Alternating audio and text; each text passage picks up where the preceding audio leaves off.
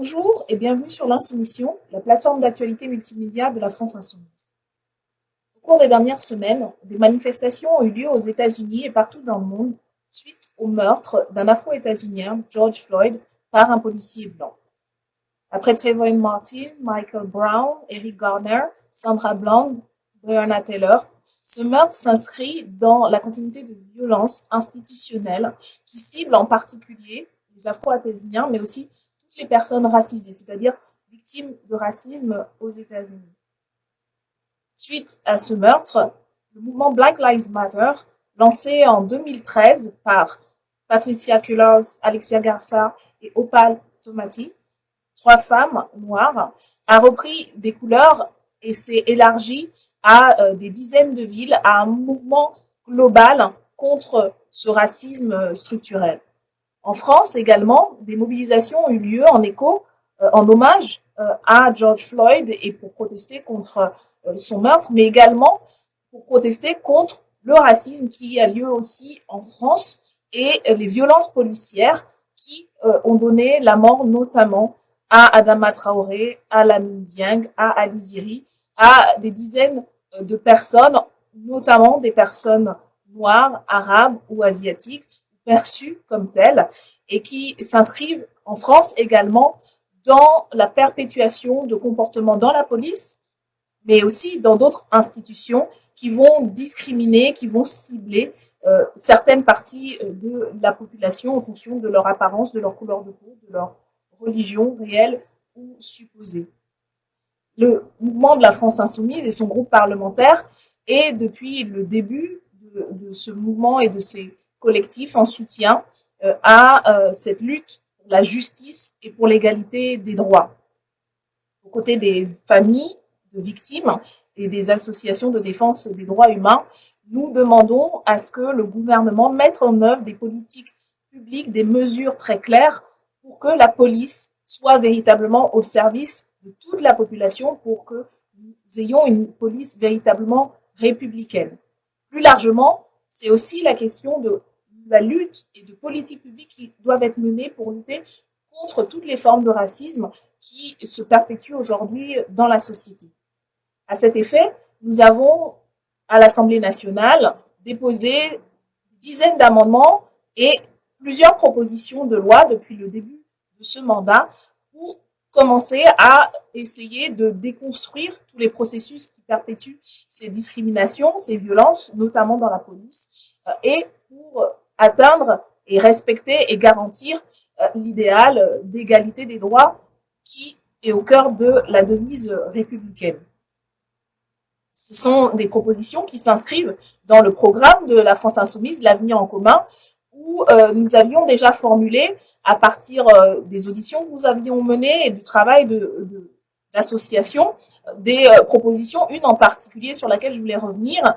autour de la mise en place d'un commissariat à l'égalité qui serait chargé de traiter,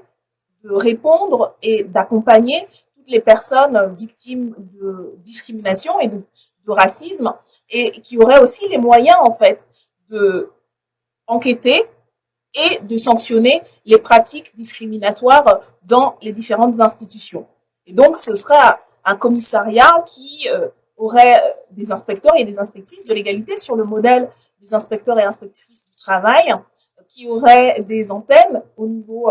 local et qui serait chargé devant le Parlement de rendre compte chaque année, de faire le bilan de son action. Ce commissariat travaillerait, bien entendu, avec toutes les autres instances indépendantes que sont le défenseur des droits ou la CNCDH, la Commission nationale consultative des droits humains, pour éradiquer les pratiques de racisme au quotidien et de racisme notamment dans les institutions.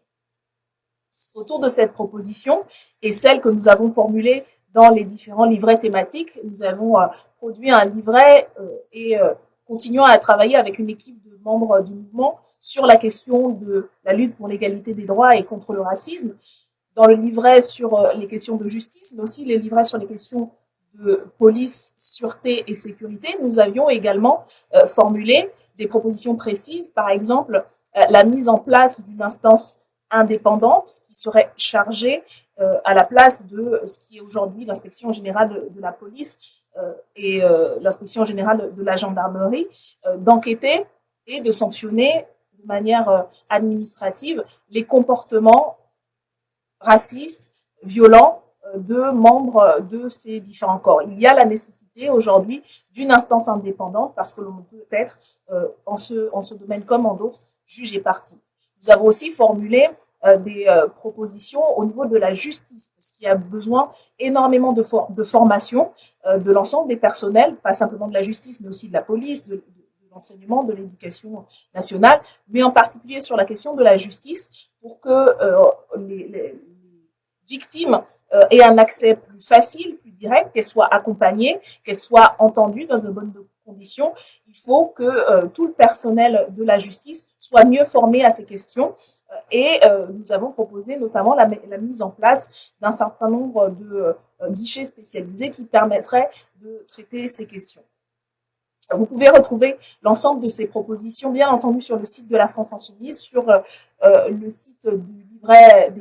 thématiques, le livret thématique égalité des droits, et les livrets sécurité et justice, et bien sûr sur les sites des députés de la France Insoumise, les sites du groupe parlementaire, où vous retrouverez l'ensemble des amendements que nous avons portés. Nous vous appelons, bien entendu, à continuer à vous mobiliser aux côtés des familles de victimes, aux côtés des associations de défense des droits humains, aux côtés des fonctionnaires et des agents, y compris dans la police, qui se mobilisent aujourd'hui contre les violences policières, contre le racisme. C'est un combat de toute la société, parce que quand une personne est discriminée, c'est bien sûr elle qui est victime en premier, mais c'est aussi toute la communauté nationale qui régresse quand les droits et les libertés d'une seule personne sont remis en cause. Voilà pourquoi nous allons continuer à nous mobiliser, à interpeller le gouvernement, à formuler des propositions. Encore dernièrement, nous y avons écrit le 5 juin dernier un courrier au Premier ministre avec des propositions de mesures immédiates et nous avons appelé l'Assemblée nationale à mettre en place commission d'enquête sur la question des violences policières. Nous allons redéposer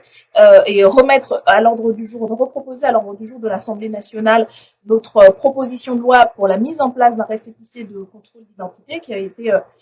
présentée lors de notre première journée d'initiative parlementaire en 2018. Éric Coquerel en était le rapporteur, j'en étais la